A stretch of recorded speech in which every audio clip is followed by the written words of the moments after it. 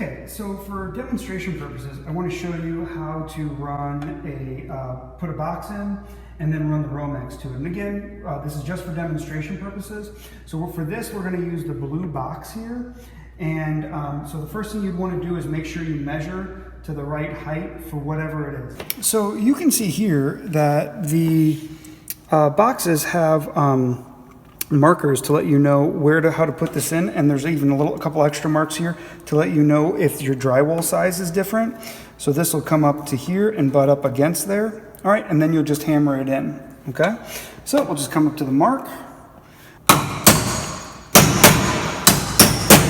Now I'm not going to hammer these all the way in because I have to remove these. Then with our Romex coming to the proper length that we would want, so we're going to come over here. And we're going to make sure we leave a lot extra. So with my Klein 6-inch diagonal wire cutters, I'm going to come here, snip, run this into the hole. If I have to pop this out, I can pop this out with anything. Most people use the back of their hammer and just smack it really quick. You can see I gave way too much here, but that's all right. We're going to tack in 2.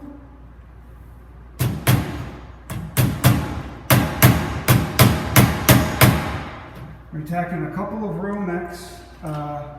Now, what a lot of people will do is leave a little bit extra here, okay? And you do whatever your instructor, whatever your boss tells you to do, okay? Leaving a little bit extra here. And the point of this is that if the drywallers nick the wire, you can pull it back through, all right? All right, we're gonna come in here. Going to score this Romex. And again, if you have the ripper, that's really nice.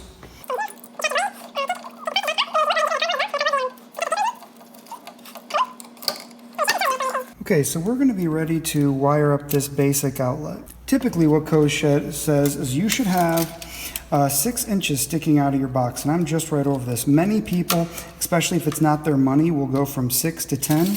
Which is totally fine as long as your boss okays it, all right? But if you're paying for this all yourself, there you go. Now we want this extra here because we want to be able to fold this in and be ready to go. But we also want this in here because we want to be able, for the next person, if they ever have to add something to this, that there's a little extra. If this was rough construction, you would go ahead, take these, stuff them back in there as far as you can get them. So when the drywallers the drywallers come and cut this out, hopefully it won't nick your wires. But if they do, that's why we left a little extra up here. So then once the drywall's up, you would come into here, stretch these back out. And in this case, because we're using a blue box, this isn't going to be paralleled with another receptacle. Okay, what we can do is we'll come in here, we're going to strip them. Now, this again will tell you, the back of this will tell you how far to strip them. Most electricians, they kind of have a really good idea of how to eyeball this. So once you get kind of used to it, you're good to go and you're ready to rock and roll. All right? Excellent. Now with this type of outlet, you insert the stripped wire into here, and then you tighten it up and it will pull those in and make a really solid connection. Okay, each one can be a little bit different, but let's go ahead and let me show you how to do it. So the long one here is your neutral. All right, so the neutral is always your white in new residential construction. So we'll go ahead, make sure we're going to tighten up the bottom. We will loosen this up. All right. Pop this in here. Now you can see this wire is a little long, okay? So I want to come in here, snip a little bit off, and that looks much better. Now we want to make sure that we never are compressing the insulation here. All right. So make sure you guys can see this. I'm not used to doing it this angle. All right. We're going to tighten this down, give it a little tug.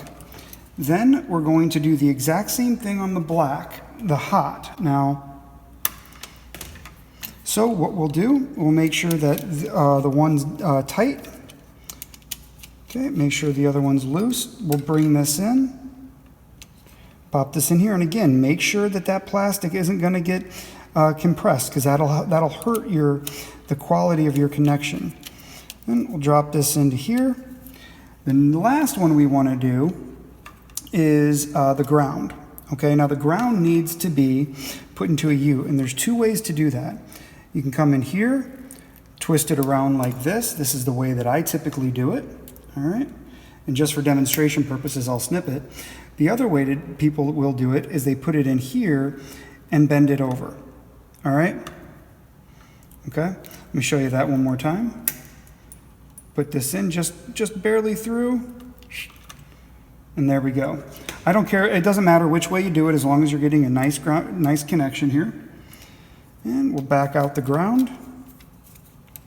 Hook this in. I come in with my pliers just for a little extra connection here, and crimp that down so you get a nice connection.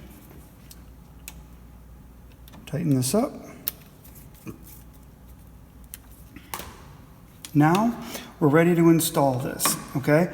I have another video on should the ground be up or down. You're more than welcome to watch that. This is now ready to go.